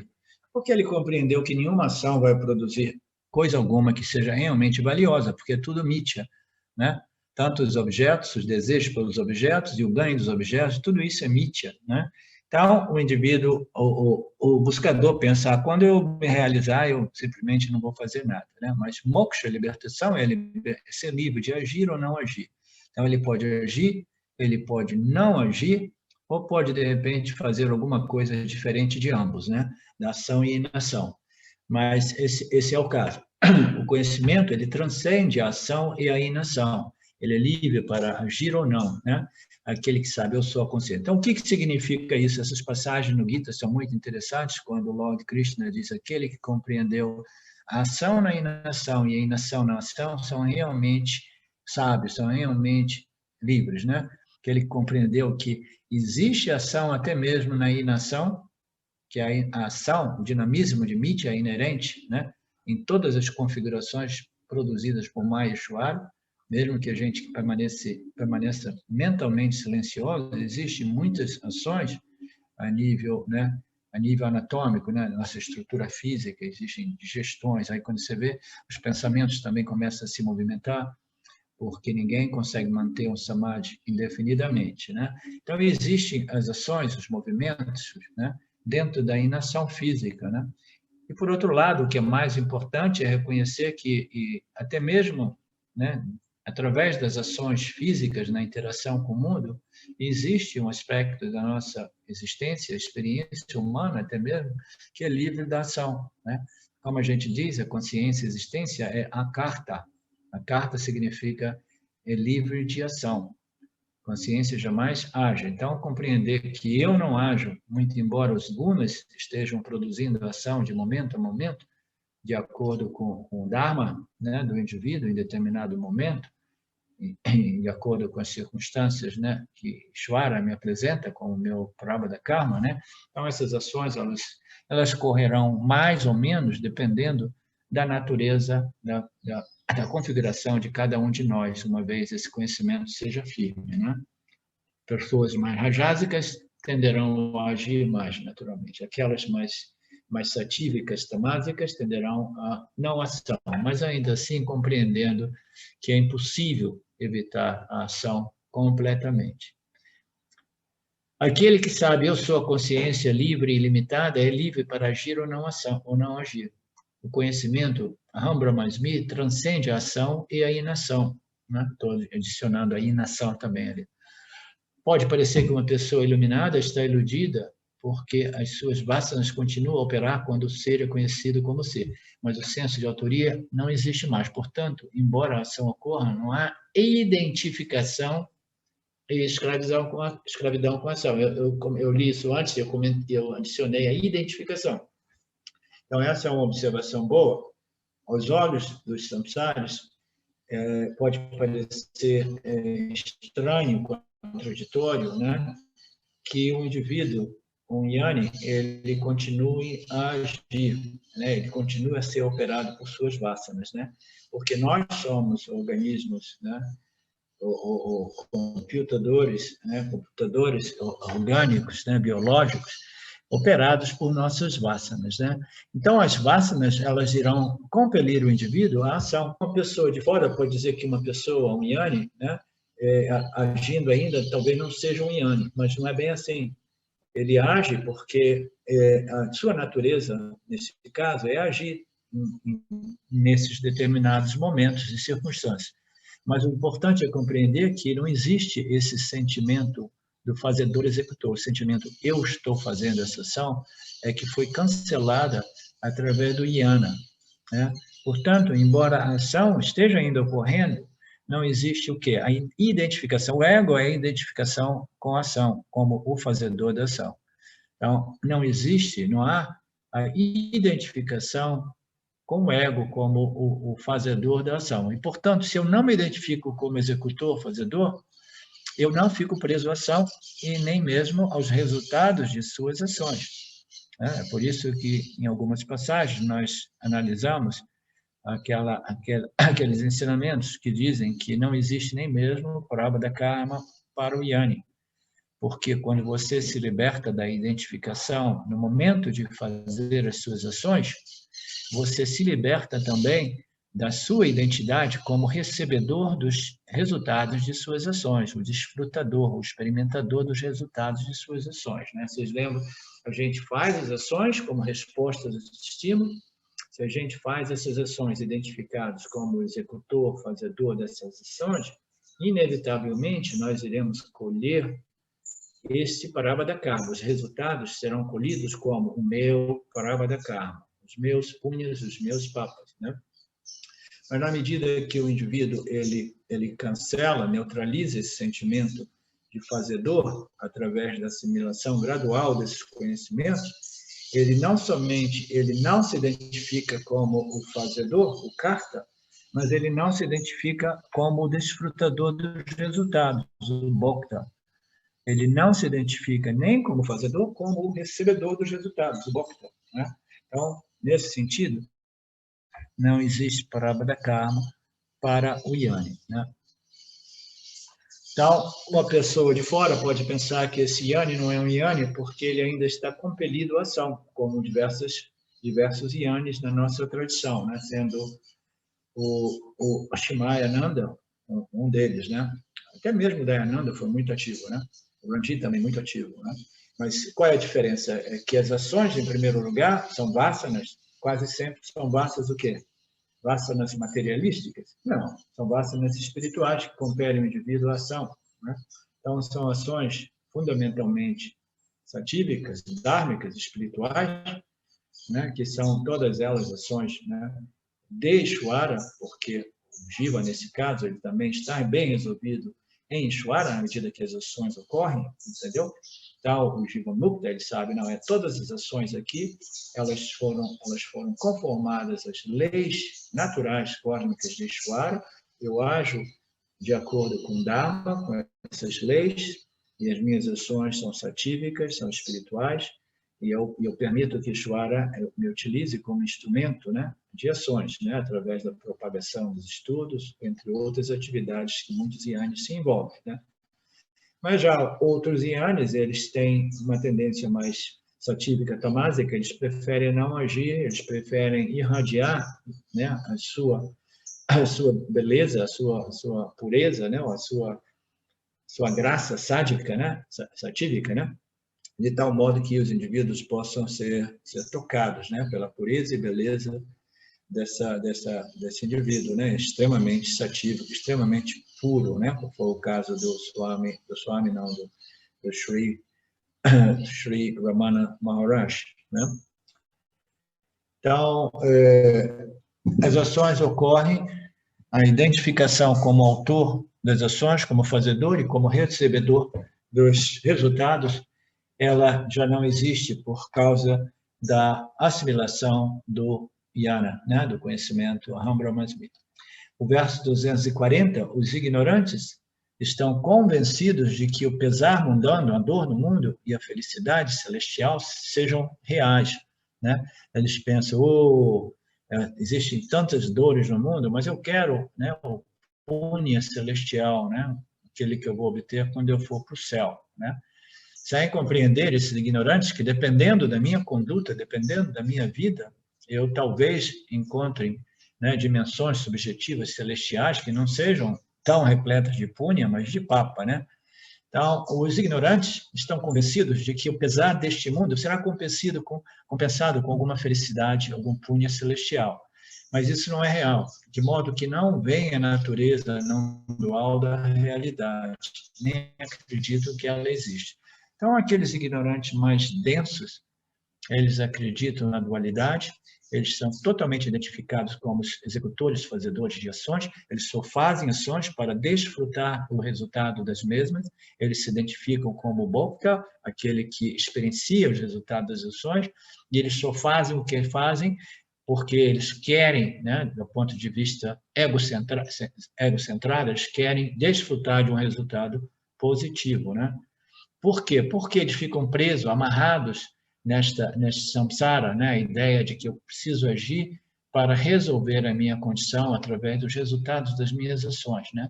Então, tudo isso devido à ignorância da realidade não dual do ser que eles são, né? E eles nem mesmo acreditam que isso seja possível. Se você fala para uma pessoa mais densa, espiritualmente falando, né? Fala que você é a consciência, a existência infinitamente não limitada e que não existe nada além de você, que a sua real natureza é não dual e que todos esses objetos eles jamais irão te preencher, portanto, nem mesmo os objetos celestiais, né, esses resultados positivos do ponto de vista da busca por Dharma, a busca pelo melhoramento, né, a terceira categoria de busca humana, a gente precisa lembrar, né? A gente busca segurança, os prazeres, as diversões, e a gente busca o melhoramento, observando o Dharma e desenvolvendo um crédito de punya o mais elevado possível. Então, tudo isso ainda é parte dessa ignorância, né? Então, as pessoas mais densas, eles nem acreditam que exista essa realidade não dual. E aqueles que estão presos nos resultados, né, espirituais, essas felicidades, essas punhas espirituais, ainda assim, muitas delas, elas não acreditam nessas sugestões, nessas declarações dos Upanishads, que dizem que não, nenhum punha espiritual irá te satisfazer, te realizar, você permanecerá sempre de mãos vazias no final, O único punya que existe é através do jnana, a compreensão de que você é pleno, inteiro e completo. Então, a maioria das pessoas no mundo dualista do yoga, eles também rejeitam estas declarações, essas sugestões dos Upanishads. Eles não acreditam que exista a não dualidade.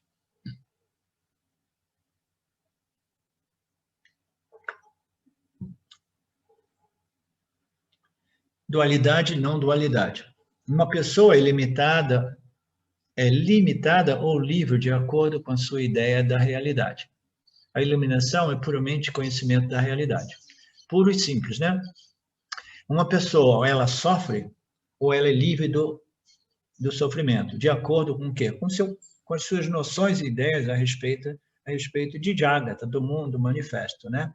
A respeito de Ishvara e do mundo, né? E do Jiva, né? Então, uma pessoa, ela se sente inadequada e limitada, e, portanto, ela sofre, ou ela é sábia e livre, isso depende do seu conhecimento, né? Se o conhecimento do indivíduo é fiel à natureza da realidade aparente, entendeu? Compreendendo Maya, Ishvara, Jiva e Jagata, então ele vai experimentar a vida até mesmo como um Jiva, e ele não vai se sentir extremamente, né, limitado, inadequado, insuficiente, e sofrer toda essa problemática psicológica humana, né? Ele vai ser relativamente livre de tudo isso, né? Porque ele compreendeu, ele percebe o mundo, e a sua percepção e compreensão do mundo é fiel aos fatos desse mundo, né? Então, uma pessoa ela se sente limitada e ilimitada ou livre de acordo com a sua percepção da realidade. A libertação, a iluminação, é uma função do conhecimento que nós temos a respeito de ambas essas realidades, a realidade aparente e a realidade absoluta, a realidade de Mithya e a realidade de Satya. A realidade de Mithya, ela precisa ser compreendida devidamente, não para que a gente pense que a solução se encontra em Mithya, é porque se nós compreendermos os fatos e a realidade de Mithya dentro desse relacionamento entre Ishvara, Jiva e Jagata, nós desenvolveremos, inevitavelmente, uma mente mais satívica, contemplativa e qualificada para o despertar do sonho, dentro do contexto dessa analogia do sonho, né? Então, nós precisamos, né, de navegar, de transitar em Mithya, compreendendo, de tal modo que as nossas respostas sejam mais adequadas, apropriadas, né, possível, né, respeitando as leis que regem essa ordem aparente, né, o Dharma, né? Então, essa pessoa, ela é limitada ou livre de acordo com seu conhecimento, né, suas noções a respeito da realidade. Então, a realização, o moksha, o autoconhecimento, é simplesmente uma função da sua compreensão de ambas as realidades, Mithya e Satya. E no Vedanta, nós dizemos que um conhecimento espiritual completo é um conhecimento que engloba o conhecimento da realidade aparente. A gente compreende Mithya e a gente compreende Satya, a gente reivindica a nossa real natureza como Satya, ainda assim compreendendo Mithya, ainda assim fazendo uso dessa compreensão de Mithya, que me conduziu, né, a um processamento, uma purificação mental, emocional, intelectual, que me permitiu, né, a assimilação e a retenção da compreensão da minha real natureza como Satya. Se você acredita que a realidade não dual é experienciada diretamente, se você acredita que essa realidade não dual não é experienciada diretamente, você está incorreto, porque a realidade é auto-evidente do mesmo modo que a consciência, como a consciência em múltiplas formas, né? Por quê? Na verdade, a não dualidade ela é muito contraintuitiva, porque a experiência humana é uma experiência baseada, né, na identificação com o corpo como corpo. O indivíduo, no momento que a gente pensa, eu sou esse corpo, imediatamente nós experimentamos o espaço e os objetos que existem, né, distantes de mim mesmo, fora de mim mesmo, né? Se eu me defino como corpo, né, os outros objetos aparecem dentro desse paradigma, espaço e o tempo entre objetos, etc., né? Então, imediatamente, a dualidade é estabelecida. Então, como é que eu vou cancelar essa ideia de dualidade é realidade, a menos que eu transfira o meu sentimento de identidade do corpo à ciência, né? É o único modo de nós compreendermos e experimentarmos a não dualidade, né? Está dizendo aqui que a dualidade, se você acredita que a realidade não dual não é experimentada diretamente, como é que você experimenta a realidade não dual? Se diz diretamente, imediatamente, é uma compreensão direta e imediata. Se você acredita que a realidade não dual não é experimentada diretamente, você está incorreto, porque a realidade ela é autoevidente como a consciência em múltiplas formas, né? Então, essa realidade ela é experienciada diretamente e de qual modo? Porque essa realidade, a natureza da realidade não dual, é experimentada diretamente de qual modo? É experimentada através do reflexo dessa consciência, que é a mesma consciência que brilha em todos os corpos sutis de Ishvara, né? Ishvara tem uma infinidade de agentes no reino vegetal, mineral e animal, né? Vegetal e animal, né? E essa consciência, nós sabemos que é a mesma que brilha, não somente em todos os indivíduos humanos, mas aqueles de nós que temos um relacionamento mais íntimo com os gatos e os cães, né? A gente sabe que essa consciência também brilha, né? Na mente deles, né? A gente percebe que é a mesma consciência, ela brilha no nenenzinho quando ele nasce, à medida que ele cresce, ela fica brilhando nele, né? Então, essa consciência, nós observamos que ela é a mesma através dos 3 estados, né, nossos, sono, sonho e vigília. Ela é a mesma através de todos os estágios do nosso crescimento e envelhecimento, né, no estágio de criança, adulto, adolescente, né, idade média, etc., é a mesma consciência. Então, a gente observa que essa consciência é a mesma consciência que brilha no meu intelecto, ela brilha no intelecto da Carmen, do Renato, do Sidem, etc., né? Então, nós sabemos que existe essa consciência e ela é não dual e ela é experimentada diretamente como? Como a natureza de todo Jiva. Mas, naturalmente, só pode ser reconhecida como tal no intelecto do Jiva humano, porque somente o Jiva humano tem essa capacidade de compreender, né, que eu sou essa consciência não dual. Ela brilha nesse intelecto do mesmo modo que ela brilha no intelecto de todos os seres vivos, né? Ela concede consciência e existência a tudo, né? Ela é uma sem nenhuma outra. Então, a gente compreende isso cognitivamente, seguindo a lógica do Vedanta. Gradualmente, a gente vai cancelando, neutralizando essa crença na realidade da dualidade, e essa crença, essa neutralização, ela é uma função direta com a nossa transferência de identificação do corpo-mente para a consciência, né? Então, a gente compreende, não, a minha natureza é a não dualidade. Eu acredito na realidade, na não dualidade, e eu a experimento diretamente porque eu a vejo brilhando em todos os seres vivos, né? Ela é autoevidente como a consciência que brilha em todas as formas de todos os seres do universo, né? Alguém tem dúvida disso? Que essa consciência, essa existência, né? Ela brilha em todos os seres, né? Aqueles seres mais elevados e aqueles seres mais, né, mais densos, né, mais cruéis que possam existir, né, dentro dessa manifestação. É a mesma consciência, né, colorida por constituições ou noções, né, diferentes das 3 energias, né, e noções derivadas dessas constituições únicas, né, que naturalmente vão ser atraídas por noções mais espirituais ou noções mais materialistas, né? Noções mais religiosas que levam em consideração, que trazem o conceito de Deus como criador, né, dentro da nossa experiência humana, e aqueles indivíduos que simplesmente rejeitam essa compreensão do criador, né, de Deus, de Shiva, de Brahma, etc., Brahma, Vishnu, Shiva, e eles simplesmente vivem uma vida do ponto de vista puramente materialístico. Eu sou o corpo e eu sou aqui por quê? porque eu quero desfrutar dos prazeres sensoriais. E a minha fome por prazeres sensoriais é ilimitada, né? O que indica que o indivíduo ele se considera limitado, por isso que ele precisa de tanto mais e mais, para tentar preencher aquele vazio, né, da limitação, né?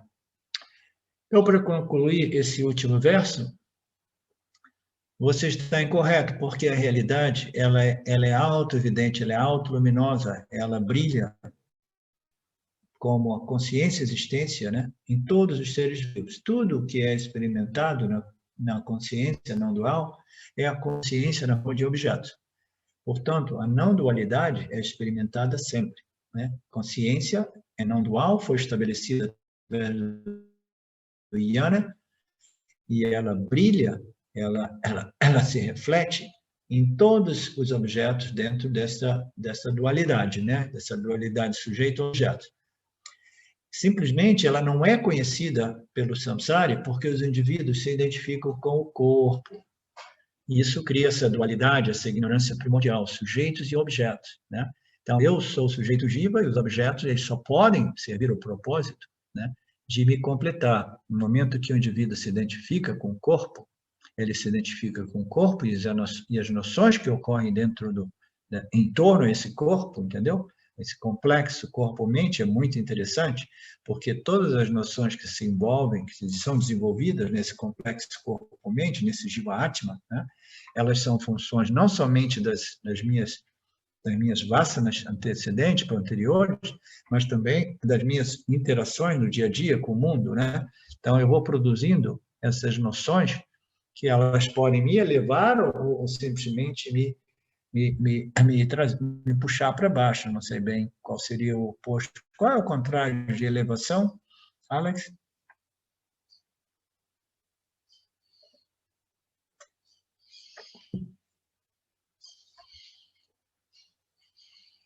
Queda? Pode me elevar ou me derrubar, né? Rebaixar. Elevar ou rebaixar. Também. Hã? A Tânia também disse rebaixar, né? Legal. Elevar ou rebaixar, espiritualmente. Então, se nós nos identificamos com o corpo-mente, né, nós criamos essas noções, né, de que essa dualidade sujeito-objetos é a realidade e que a minha experiência do mundo é puramente, né, perceptiva e como se diz, sensorial, e eu quero os prazeres da vida, eu quero as seguranças, as estabilidades, né, econômicas e os prazeres, né?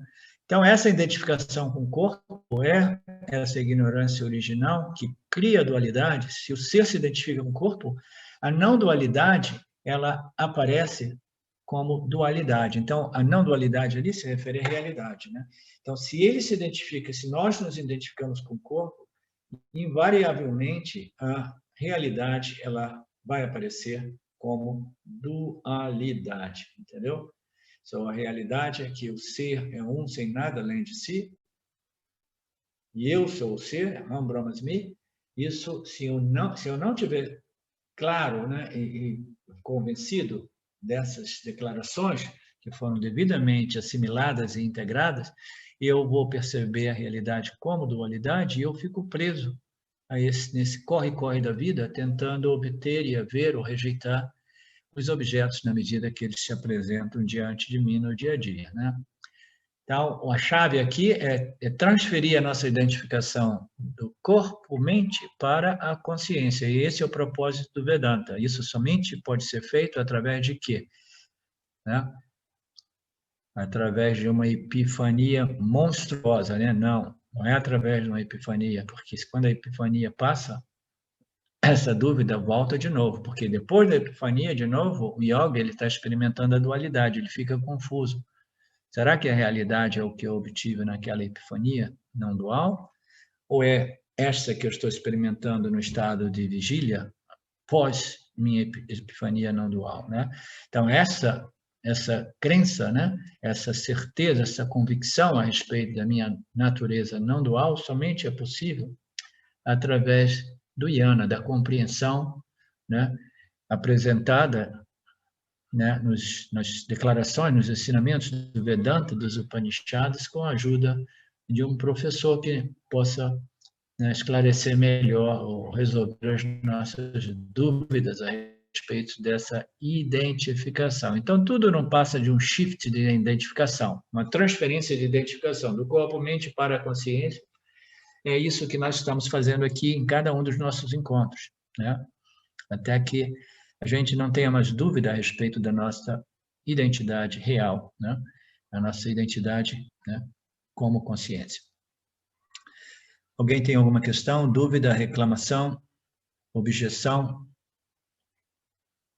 Om Purnamada Purnamidam Purnamudachyate Purnasya Purnamadaya Purnameva Vashishyate. Om Shanti Shanti Shanti. Thank you, Lord. Thank you. Obrigado a todos do Vedanta Brasil. Amo vocês e a gente se vê amanhã no mesmo horário, se a hora quiser.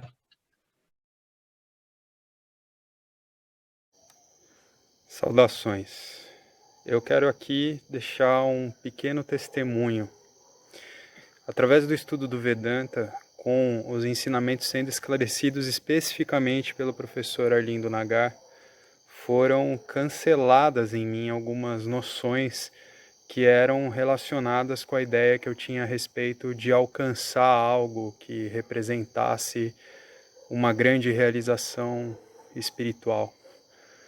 Então o Vedanta fez com que, pela compreensão, a minha mente ela abandonasse o papel de buscador espiritual. E isso para mim foi um marco inicial para uma outra relação com o processo de desenvolvimento espiritual, do qual, saibamos disso bem ou mal, é um processo que fundamenta a vida de todos nós. E eu digo isso para estimular todos aqueles que chegam no Vedanta Brasil e entendem que podem se beneficiar da profunda imersão direcionada para o autoconhecimento que é promovida nesse grupo de estudos, que é um grupo que existe graças ao trabalho altruísta do professor Arlindo Nagar, suportado também pelo trabalho voluntário de pessoas que contribuem para a manutenção do grupo de diversas maneiras. E entre as várias formas de contribuir com esse trabalho, as contribuições regulares em dinheiro, elas são necessárias. Então, se você se beneficia do trabalho desenvolvido no Grupo de Estudos Vedanta Brasil, faça uma contribuição. Qualquer quantia é muito bem-vinda. As informações para transferências em dinheiro ficam disponíveis na seção Avisos do nosso grupo no Facebook e serão colocadas na descrição desse vídeo aqui também. Namaskaras.